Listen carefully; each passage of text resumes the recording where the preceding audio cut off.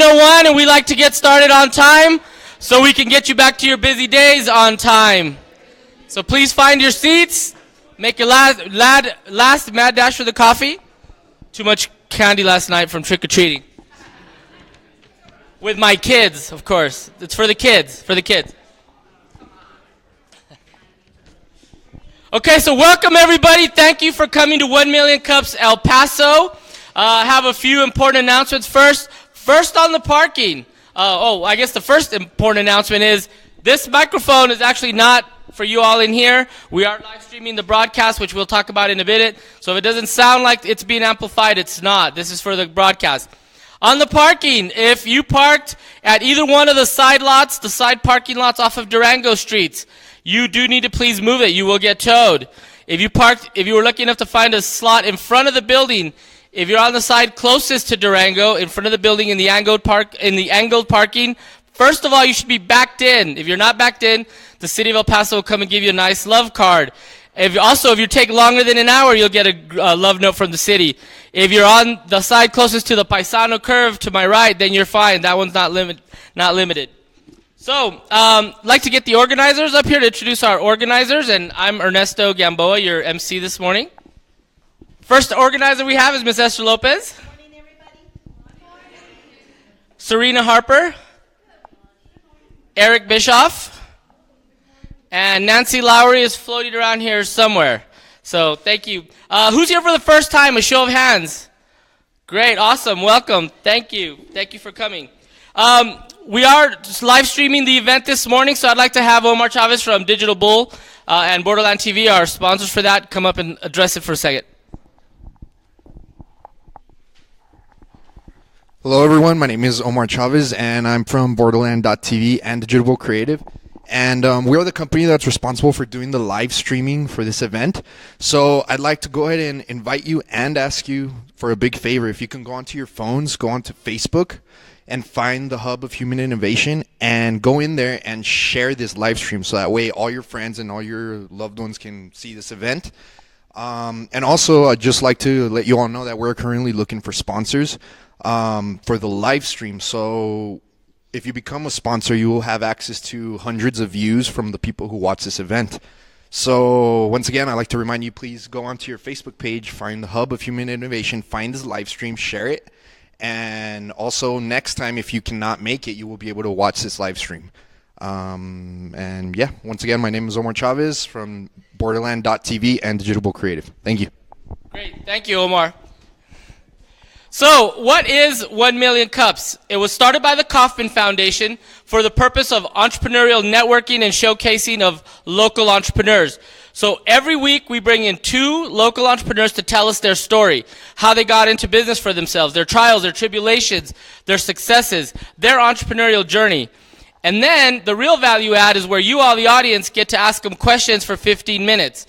Every entrepreneur who's presented here said, you know what, Ernesto, we got so much valuable feedback from the folks in the audience giving us ideas, challenging us on some of our basic thoughts or ideas or assumptions. So that's the value. So don't be afraid to get in the weeds with them during the Q&A and ask them those tough questions.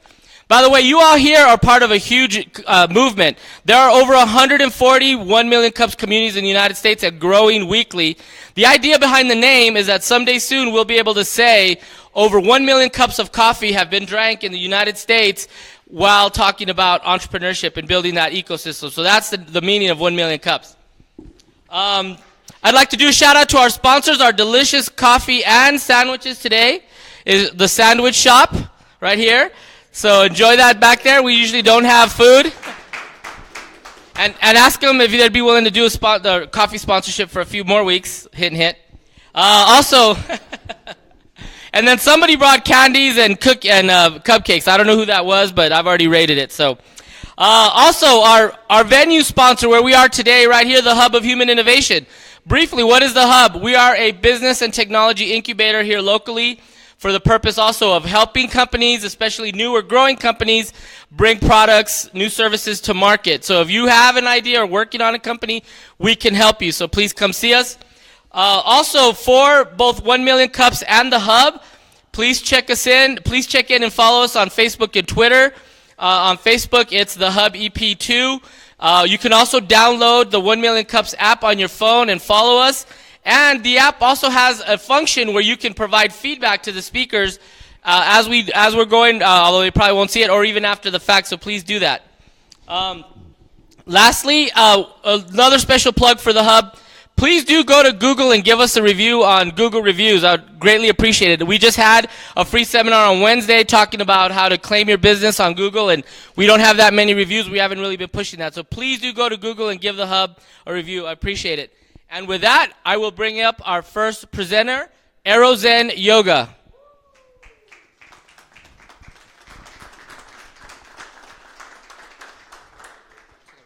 Thank you. Good morning, everyone. All right, so what you see up there is not frozen yogurt. It's AeroZen Yoga. We get that a lot. So these two ladies came to the shop the other day, and they're like, what flavors do you have? I'm like, no, we have yoga here. So it's AeroZen Yoga. So we are a studio. It's a contemporary yoga studio located in the corner of Wedgwood and Mountwood in the east side. We are the first contemporary yoga studio offering a technique that is called Aero Yoga. This technique comes from Madrid, and we don't offer just Aero Yoga. We offer traditional yoga. We offer Pilates and ballet bar. Some of the sessions are completely up in the air, others on the ground, for those that want to keep it traditional. So every single session that we offer there at the studio is designed in 3 different parts. We offer inspiration, perspiration, and relaxation, because we believe that the mind, the soul, requires inspiration every day. So we open the sessions with a nice inspirational reading every time. We offer perspiration because the body definitely needs that workout, that good stretch. And then we close every session with relaxation. We use different types of techniques to find that deep relaxation at the end of the class, at the end of a good workout. We use essential oils. We use light therapy, music therapy, so, to get that nice relaxation for the body. Our services, we offer classes, yoga, Pilates, bar, in a group settings, and also we offer personal training. The main and primary technique, as I mentioned before, it's called Aero Yoga.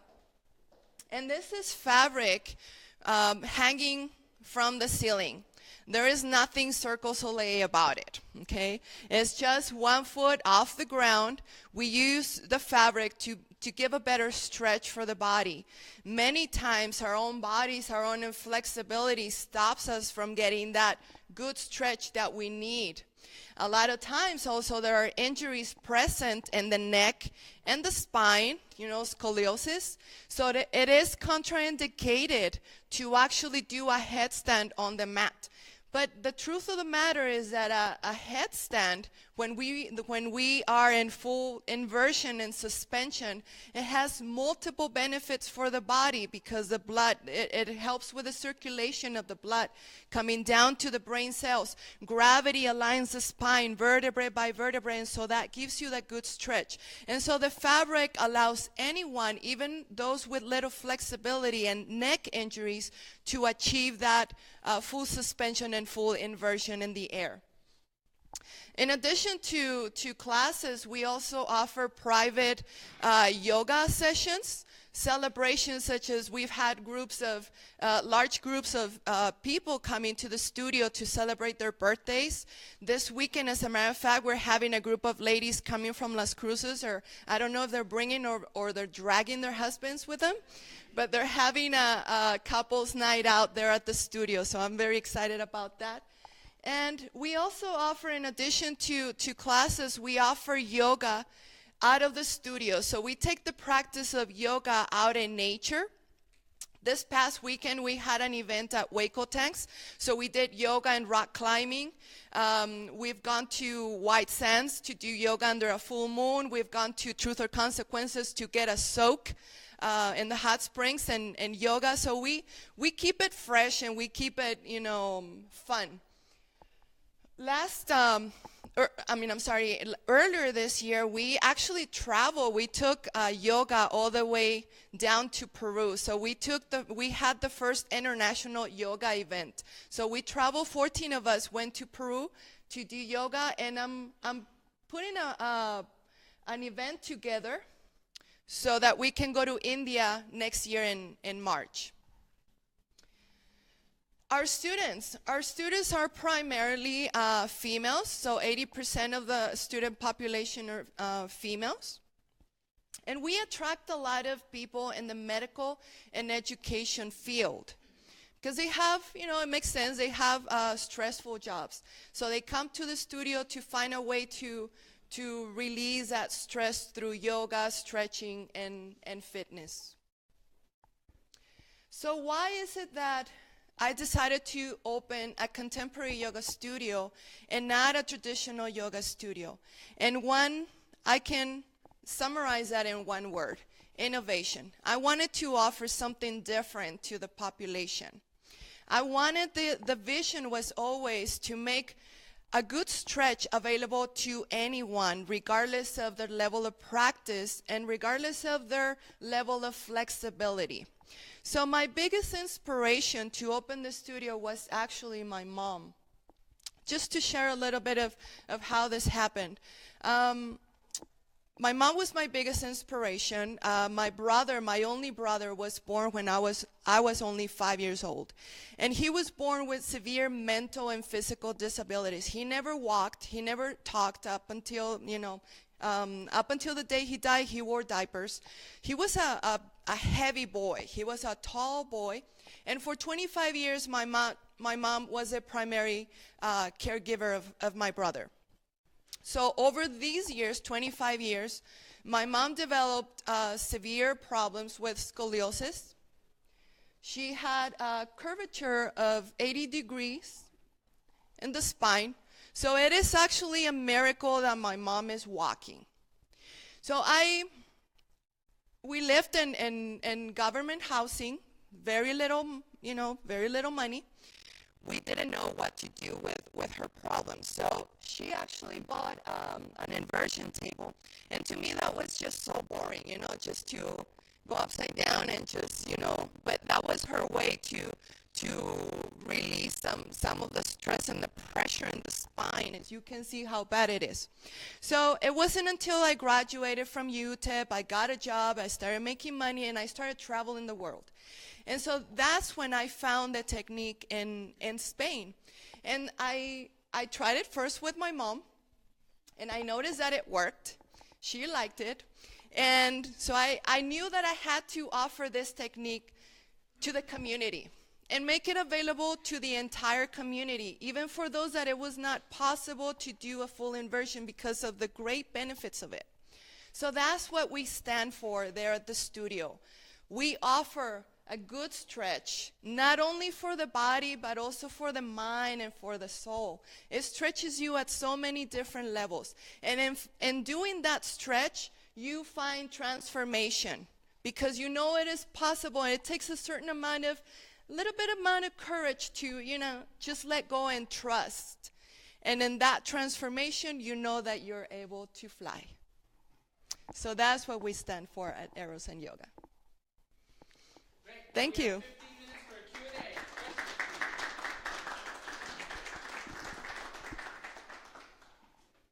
Be nice, please. Yes.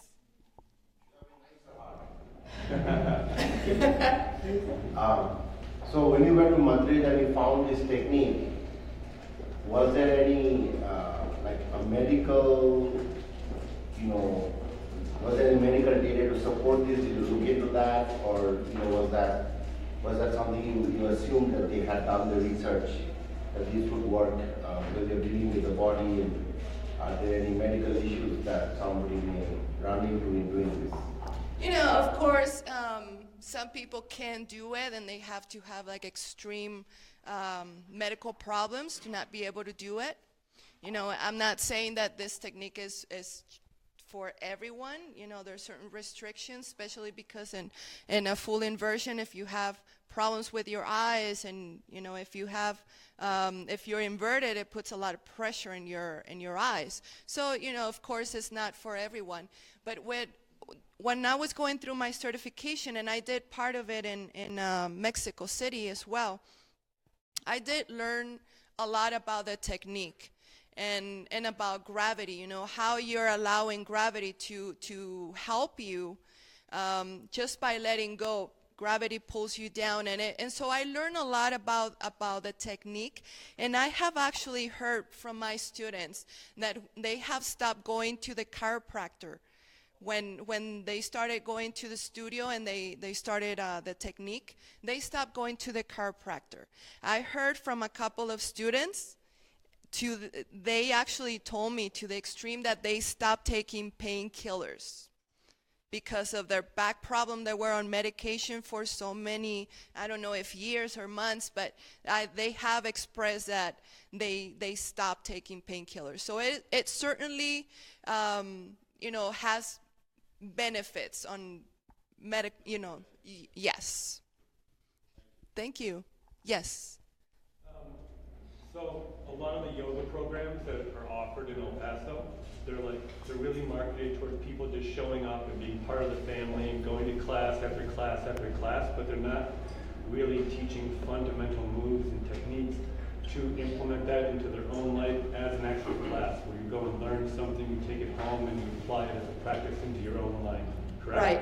And so a lot of these yoga studios, they're not doing that. They just want everybody to keep coming back and coming back and coming back. With this, which is pretty unique to the community here, is there the opportunity for someone to buy the equipment, to learn enough to be able to do it at home in their own space after they've gone through a program with you? Certainly, yes. I had one student already that she bought one of the we call it swings, and she installed it in her house. So what she has learned at the studio, she has been able to take that home with her and continue the practice, you know, in the comfort of her house. So I do sell them, yes. And you know, but it's not I don't publicly announce that because I'm not really like a retail. I'm more offering wellness there at the studio. But certainly, if someone wants to buy them, I can, you know, make them available to them.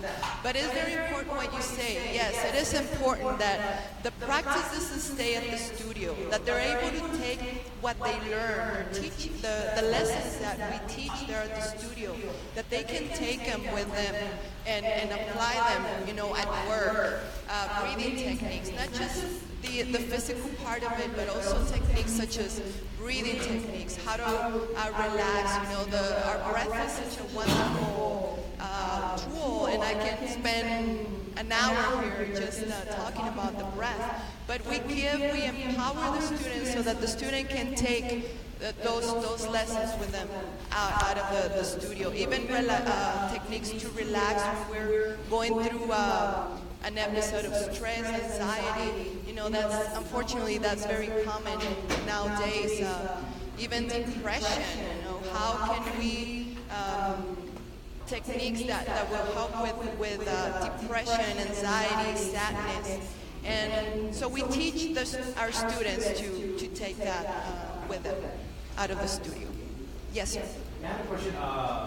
Where did yoga? How did it get started originally, and why is this more of interest to women? You know, that's an interesting question about why is more of interest to women. I've traveled to India, and the primarily men do in India. They do yoga primarily, and so it's primarily men. Here in the Western world, there has been some sort of disconnection, and we believe that females, because we're naturally more flexible, that is for us. The truth is for anyone, and we have to keep reminding ourselves that, you know, the benefits of having a flexible body are just multiple. A flexible body will always be a young body. No matter how old you are, if you're flexible, you're automatically, you are portrayed, even you look young because you can move, you can, bend down and you can do all these things that young people, just naturally can do. So I honestly don't know why yoga here in in this side of the world is just thought at something that is only for females. But we're certainly, that's the reason why we exist, because we want to change that. We want to change that mentality. We want to get out of that enclosed box where we think. And certainly bringing aero yoga to El Paso was a big risk, because yoga as it is not as popular in El Paso. And here I am proposing something like even, more off the wall. But I knew that it was necessary to make it available for anyone. Thank you. Yes. So I actually live in the neighborhood next to your studio, and I walked by, and I'm guilty. I thought it was frozen yogurt. So I'm wondering if you might do anything about, I don't know, color scheme, or maybe a picture of a person doing, I don't know, just dummies like me. Well, I mean, if you look at the logo, I don't know if that looks like lemon yogurt, but I'll keep that in mind. I'm actually having a meeting with the person that designed the logo, because I love the logo. I just think we have to do something about the letters and the font to make it even, a little more obvious that it's not yogurt. Although if yoga doesn't work, I know what the next business is gonna be. Yes. Oh, see? I knew. You like the logo? Thank you. Thank you. Yes. People like pregnant women doing yoga, is that did you target that group as well? Yes. So I've had pregnant women before to the studio, because don't think that every class where we use the technique aero yoga we're up in the air. We have sessions where we use the technique, but it's completely on the ground. The class is called Aero Yoga Therapeutics. Very good class. It's one of the most popular classes that we have there at the studio. Very relaxing, but you get in the stretch on the ground. So what the fabric allows you to do is go deeper and lower, finding that support, because many times when we're doing yoga on the mat, and especially if we don't have a lot of balance, we are just, focusing more on not falling and not embarrassing ourselves in front of the class. Here is like you find that support, and you're focused more on stretching and just letting go, because at the moment that you just let go, the fabric will help you achieve the rest. So yes, it is females, pregnant women are welcome to the studio as well. And yes. Have you thought about expanding to the west side? Yes. So the vision is big. We've been open for 10 months. So I'm still, experimenting and testing the waters. I'm in the east side. I'm doing well, so I can only, imagine how this technique will do in the west side. Because yoga is a lot more popular in the west side. So, yes, the vision is there, but I need to take one step at a time and, little by little. Yes. Sorry. We are located on Mountwood, 2 blocks away from Eastwood. Everybody knows where Papa John's is. So I just say Papa Burger. Yes, Papa Burger. So it's right next to it. See, I don't even know the name of that, Papa. I don't know that. It's a service by hour, and what is the hourly rate? So what we offer is we have a new student promo, which is $25 for 1 week of unlimited sessions, just so that you can try the technique. And like I said, we don't offer just aero yoga. We offer also Pilates, ballet bar, which is becoming very popular as well. A very good workout, because we focus on building flexible strength.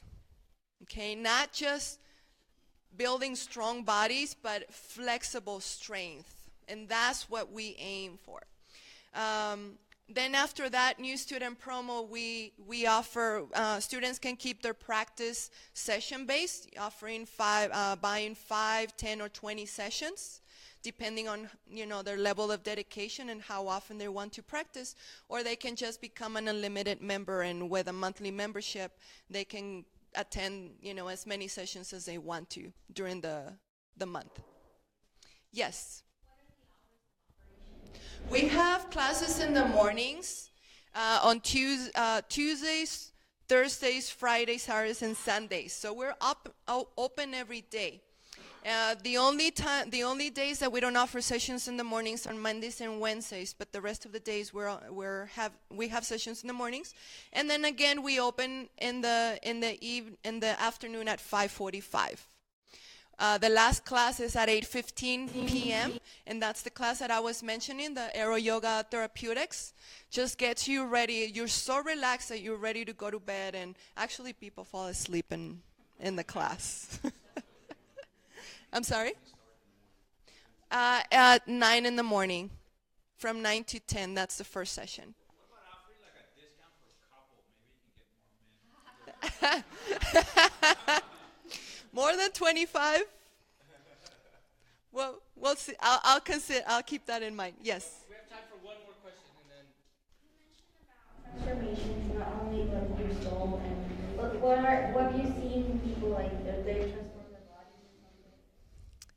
The transformation that I have experienced is when I hear, I didn't think I was going to be able to do that. That's the biggest transformation, because it empowers you, and you're experiencing this sense of freedom. You're completely hanging up in the air, and there's a lot of trust involved in yourself, first of all, and you have to trust that we know. You have to trust us that we know what we're doing. And so there is a lot of certainly transformation. After that, you feel more empowered, and it stretches you literally in so many different ways. Okay, and the final question always, Shelly, what can we as a community do to help you? Spread the word. That is the main thing. We've been only open for 10 months. I'm a true believer of keeping things fresh, to keep things different, and that was the reason why I didn't want to open a traditional yoga studio. Not that there's, the technique is beautiful. Yoga has been around for hundreds, thousands of years, but I wanted to think outside the box, and I wanted to offer something different and unique to the community. So it's all about supporting those businesses that have that different vision, that everybody's going that way, but I want to go that way. So it is about supporting and spreading the word, and that's the only way that we can keep supporting this business, is spreading the word. If you know someone with injuries, if you know someone who needs that stretch, that workout, send them to me. Okay. Thank you. Okay, thanks so much. You get a travel mug, and then we need a picture with the. We need a picture, please, for. Right, let me grab this. Okay.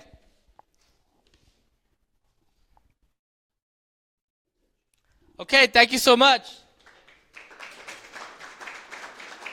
Next we have Serena Harper going to give us the community announcements. What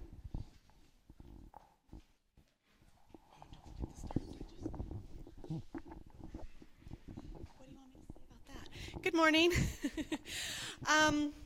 Before I forget, I want to mention tomorrow night is the City Magazine monthly reveal. Do you know where it's located? I don't remember. Gus? Where? Gusto? So, and that's starts at 5, I believe. So if anyone's available tomorrow night, that's always a great event to attend. Also tomorrow is the 2017 El Paso Business Hall of Fame. We have Glass Recycling Civic Design Lab Thursday, November 2nd from 8 a.m. to 11:30. That is here at the Hub. We have Breakfast with Friends every Thursday, 8:30 to 10 over at Carnitas by the fountains. And then we have Historically Underutilized Business Hub Certification going on tomorrow, November 2nd, 8 a.m. to 10 a.m. at the Rio Vista Community Center in Socorro.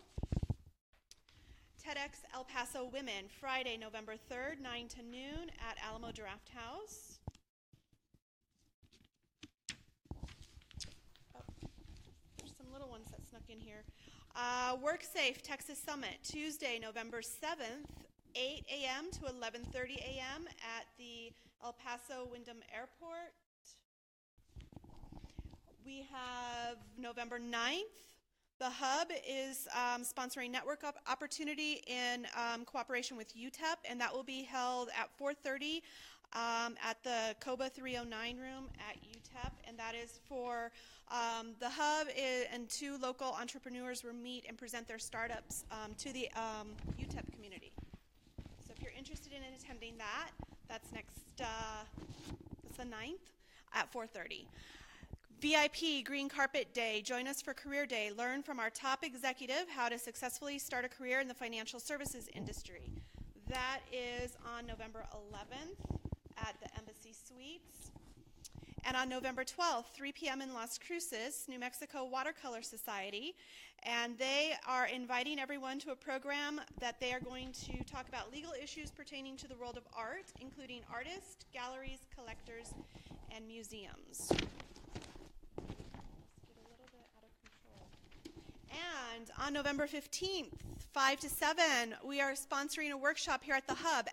Action Surge is going to do a workshop for us. He spoke a few weeks ago, Steve Gargulio, about how to take your ideas into action, and your employees as well, how to take their great ideas that they're sitting on and put them into action to benefit everybody. So please don't miss out on that. That's going to be a great event. And that is the November 15th, 5 to 7 right here. The City of El Paso 2017 Cooperative Purchasing Expo. That is on the 29th of November. And it will consist of 2 sessions, one from 8 to noon and one from noon to 5. So it's basically an all-day event. And then on November 15th and 16th, we are also sponsoring Reset. What is this? Reset is where innovation and technology come together, a binational event designed to inspire young minds through a combination of unique experiences resulting in an innovative space for collaboration, learning, and creating. And on the 15th, it'll be in Juarez, and on the 16th, it'll be here in El Paso. Patent and Trademark Seminar is going to be on Thursday, January 18th. 2018 is right around the corner, everybody. It'll be from 8:30 to 4, and that is going to be located at EPCC campus on Viscount. So, and Ernesto wanted me to talk about, what did you want me to talk about? Startup Digest. So, Don't forget to sign up. yes, thank you. Thank you, Serena. So yes, all of these events, there's a whole lot of information. There's a whole lot of events, when, where, all that. So now we have Startup Digest in El Paso. So please go to startupdigest.com/El Paso. You find the community, because there's lots of them. And you can subscribe to the newsletter, and you can also submit any events that either you have, that you're affiliated with, or that you know of. So startupdigest.com, please do that. Now we also have a little bit of time for any community announcements. Anybody here have an announcement that you want to make about an event? Are you looking to hire somebody? Did you raise some money? Are you looking to raise some money? In the back? Phil Donahue.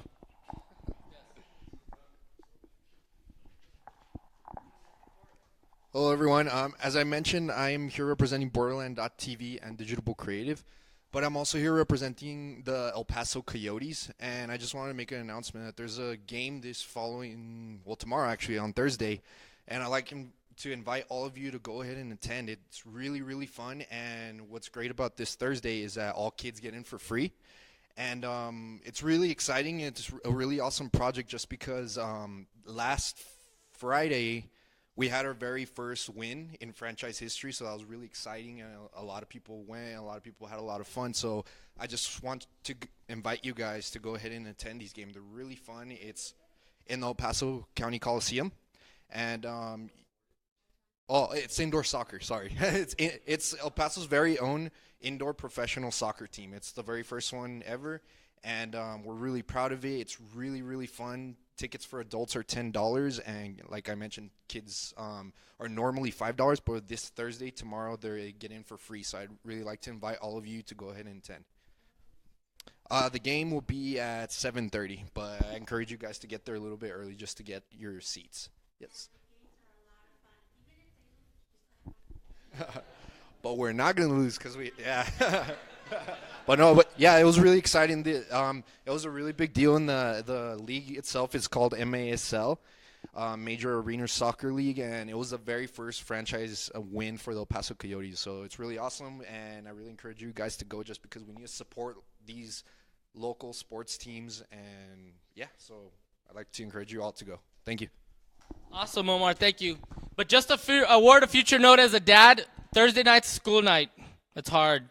They have homework and it's bedtime, but yes, Friday. Okay, but it's still a school night. Okay, I see some alumni presenters out there. If you've presented here in the past, please raise your hand. I see a couple of you. Awesome, thank you. So then the other last thing is I'm blanking on what the other announcement I was supposed to make. Okay, we'll move on then. Our next presenter is Bridge Gap Consulting.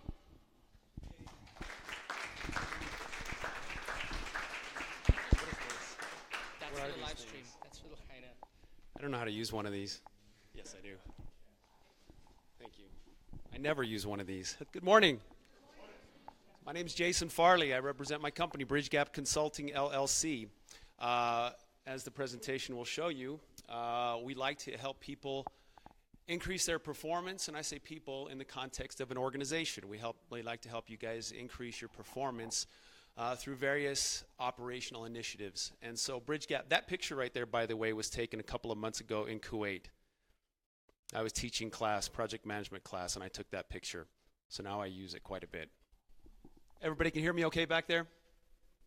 All right, I'll work on that. So Bridge Gap Consulting is all about helping you to reach the ideal state. And of course, part of that picture is helping you to understand what that ideal state is. In layman's terms, we're a management consultancy, and I have extensive practice and experience in project management and process improvement. And then, of course, it comes in all kinds of other packages nowadays as well, doesn't it? Operational excellence and that sort of stuff. And so my job, of course, is to help you to reach the ideal state. And what I mean by that is very simple. You have a current level of performance in your organization. And when I say organization, friends, that can mean anything, can it? This right here is an organization, this meeting today only. The hub, of course, is an organization. And so my job is to help you to go from your current state to some better state, some future state, where we can track that over time and hopefully measure that in terms of performance. And what that looks like then, of course, is a goal state in the interim. If you know anything about strategic management, the idea of a vision, right? This idea of where we want to be at some point in the future. But that's not going to happen today, tomorrow, or the next day. It's going to happen over time. And so we set goals, don't we? And so a goal state is what we're trying to achieve. Now, in that work, of course, that involves certain activities, certain actions. And, of course, that's the gap, isn't it? By the way, does this have a point? Ah, nice. Very good. All right, so there's the gap, right, between where you are today and where you want to be. And we start doing this sort of breakdown because it's a framework for people to understand. It may seem like common sense, but when you start using the framework to help people approach this in a daily operational sense towards an objective, it has meaning. You can start tracking on these things. And so the gap then becomes identified, and we start moving towards that gap over time, don't we? We start implementing solutions. We start implementing the plan, so to speak. And so there it is. That's the solution set or the strategy for getting from here to there. And that's really the premise of the organization. That's where I came up with the name Bridge Gap, right? We want to bridge the gap between where you are today and where you want to be. And that's my job, is to help you to do that. And so, again, you can get there from here. We can help. That's really what Bridge Gap Consulting is all about. Now, we do that, and I was having a nice conversation this morning. There are a number of firms in town that deal a lot in the soft skills. A lot of what you see, though, in terms of technical process management and working with teams is oftentimes housed or hidden within large companies and organizations where they hire the skill set and they work for that company. I'm available for you independently outside of that sort of context, if you will. Again, if we think about the idea of an organization model, what happens in an organization, it's no different than, and what I teach people is, we break it down to the process level. An organization is simply a bunch of processes put together, stacked together, combined to do the same thing, right? Take inputs, and I loved transformation. We're all about organization health. You're about the actual person's health. I'm about the organization's health, and I use that analogy all the time. Organisms and organizations can be compared favorably. It's really nice treatment. And so the idea, of course, is that somebody somewhere wants something, and so we're going to take some inputs, and we're going to go through a transformation process. We're going to transform those inputs into meaningful outputs that somebody wants. If you think about it, folks, why do we organize, period? Because somebody needs something. Somebody needs something. Some organize in recognition of that need to make a profit. Others do it to fulfill the need. Think about church, right, for example.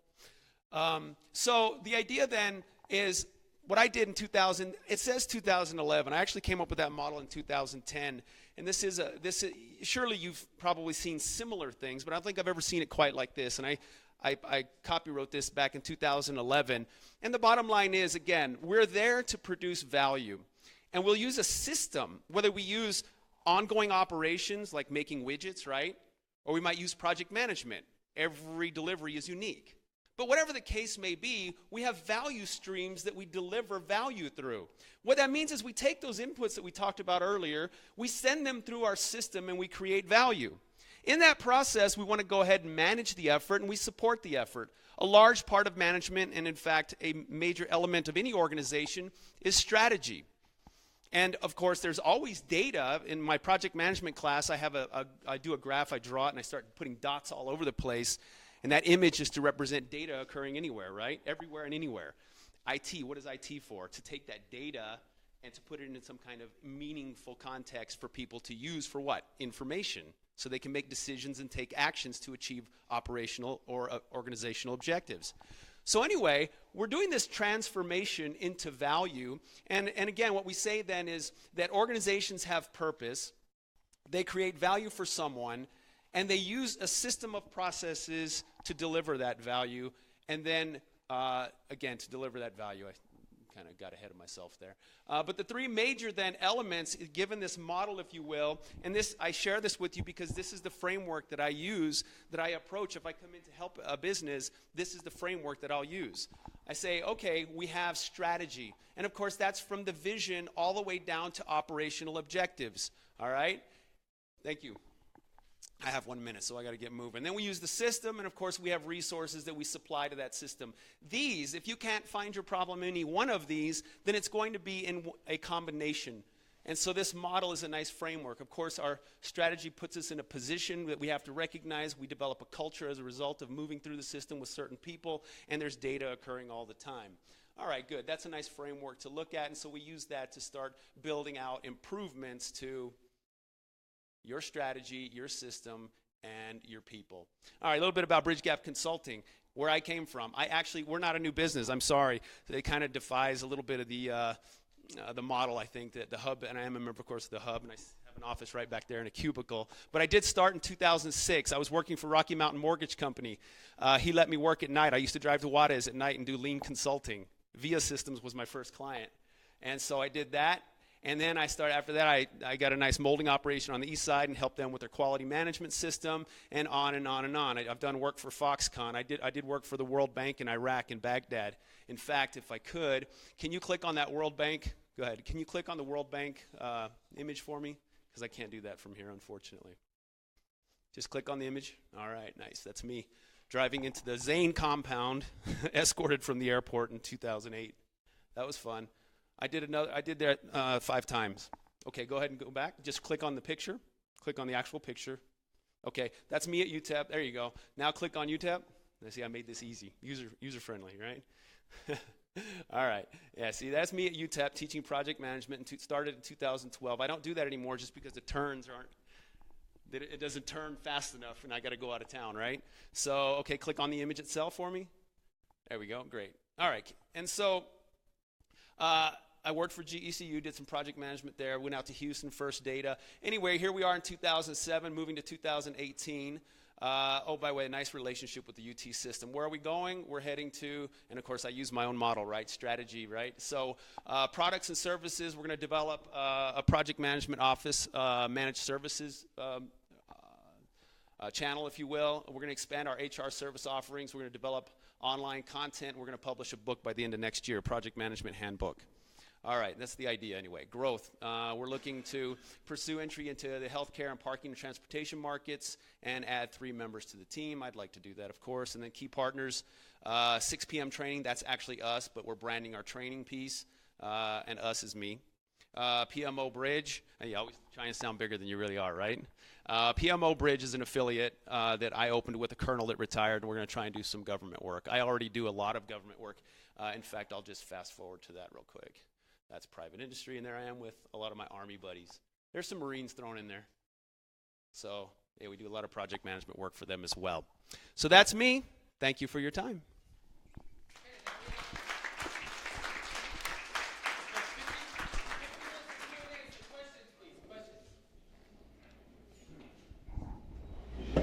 What is your target market? I mean, the size of the company that you are looking for. Right, great question. All right, size of the customer that I would like, it's a broad range, but I am going to say medium-size businesses. Clearly, if I would love to have a very large client, but customers like to right-size their solutions, so they go with firms that have the resources that can provide the full solution. So a lot of times I find myself, when you saw some of those brands up there that were big names, I was a sub of a sub of a sub, right? So, so my clientele, I would like, of course, to grow the El Paso market. So you saw GECU up there, for example. That's a good-sized business for me. Thank you for that. You mentioned that you wanted to create content, digital content, I assume. Yes. Correct? Have you thought about what kind of content specifically is that you'd like to create? And have you thought about creating small, short, introductory courses where people could take and you could make residual income online from people interacting with those courses? Yes and yes. And what's your biggest problem getting to that point? Me. Yeah, so that's a great question. Thank you, and I don't mean to be silly. I mean, it's a marvelous question, actually. So yes, the online content that I'm referring to is, yes, I want to record some classes and offer those online, as you said, for that very purpose, residual. I've seen the products that are out there. I've gone to YouTube. I've learned things from YouTube, and I think there's some people that do it really well, and there's some people that do it poorly. I think I can do it in a way that would sell. And so I want to offer that and make that, again, on the website, available for people to click and pay for it, right?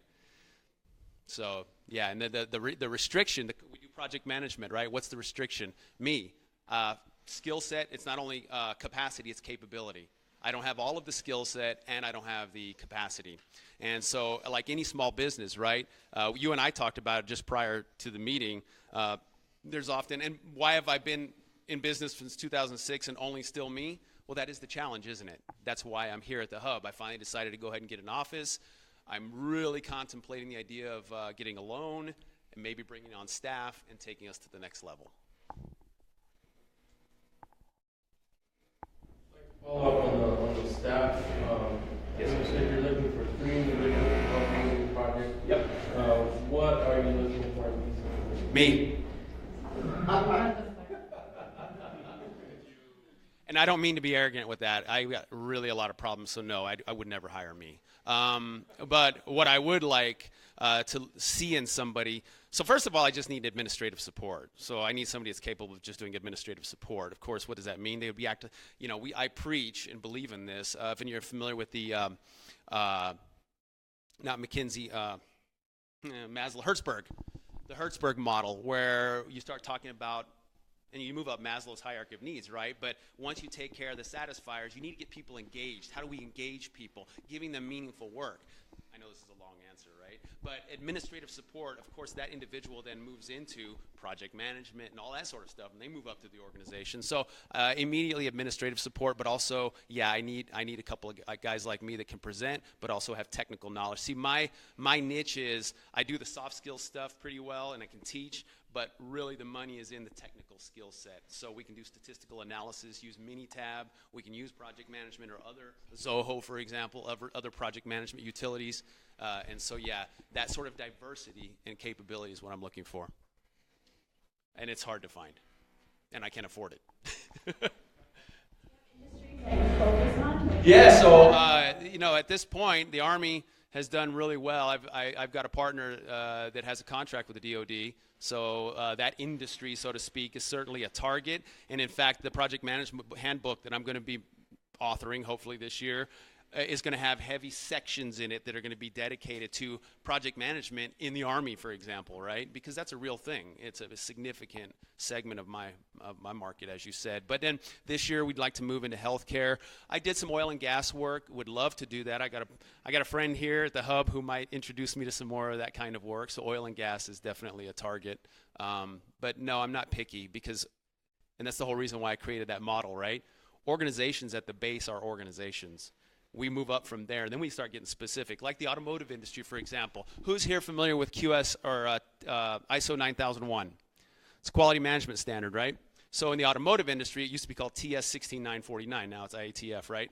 And so that is a very specific application of a standard, if you will. So you got to be able to know that. So yeah, so automotive, by the way, is also. I grew up in automotive. Any of you all remember Elcom? I worked at Elcom in 1991. I was in the quality department. And then I did work for Yazaki as well. You get full answers from me, don't you? Sorry. A bit of anything else?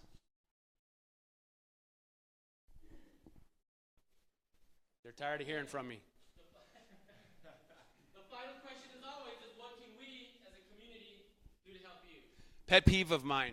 I intentionally go on to LinkedIn and I like people's stuff because I think that's important.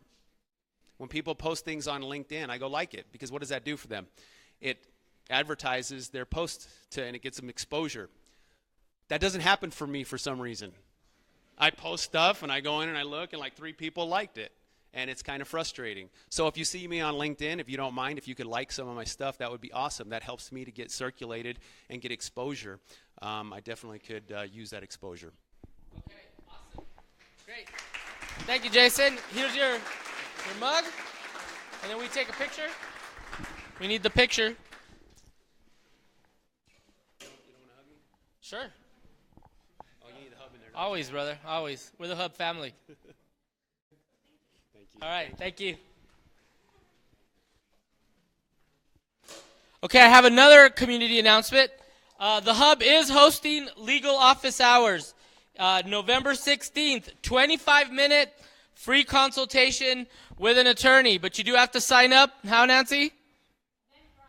Eventbrite. Go to Eventbrite and you can sign up again. So you get 25 minutes of a free consultation with an attorney. It's right here at the Hub in our conference rooms or one of our offices. Yes, ma'am, in the back.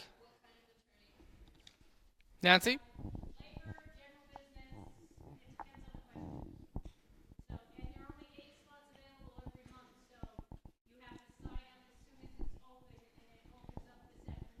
Yes, and so we're going to be doing this every month from now on, once a month. So please be looking out for that. It's a great new thing. I remembered what I forgot earlier. It was giving away our travel mug. So let me do a drawing here and give that away. See, I don't want to look. Amit Ghosh, Dr. Ghosh. Where are you, sir? You win a fancy, exclusive, limited edition travel mug. Yes. All right, come on. He's terribly excited. He doesn't even know what to do.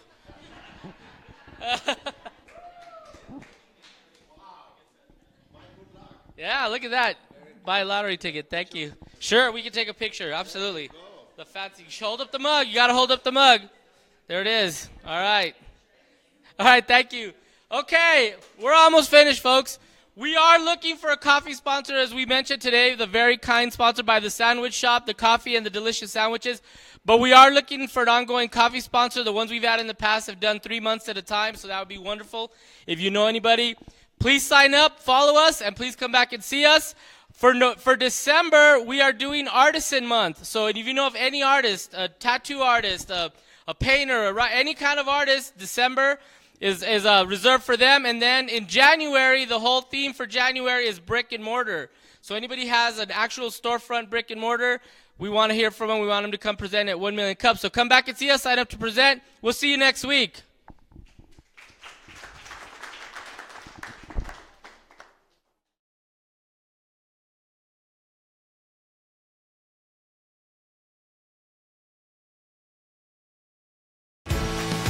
One Million Cups is a weekly educational program developed by the Kauffman Foundation.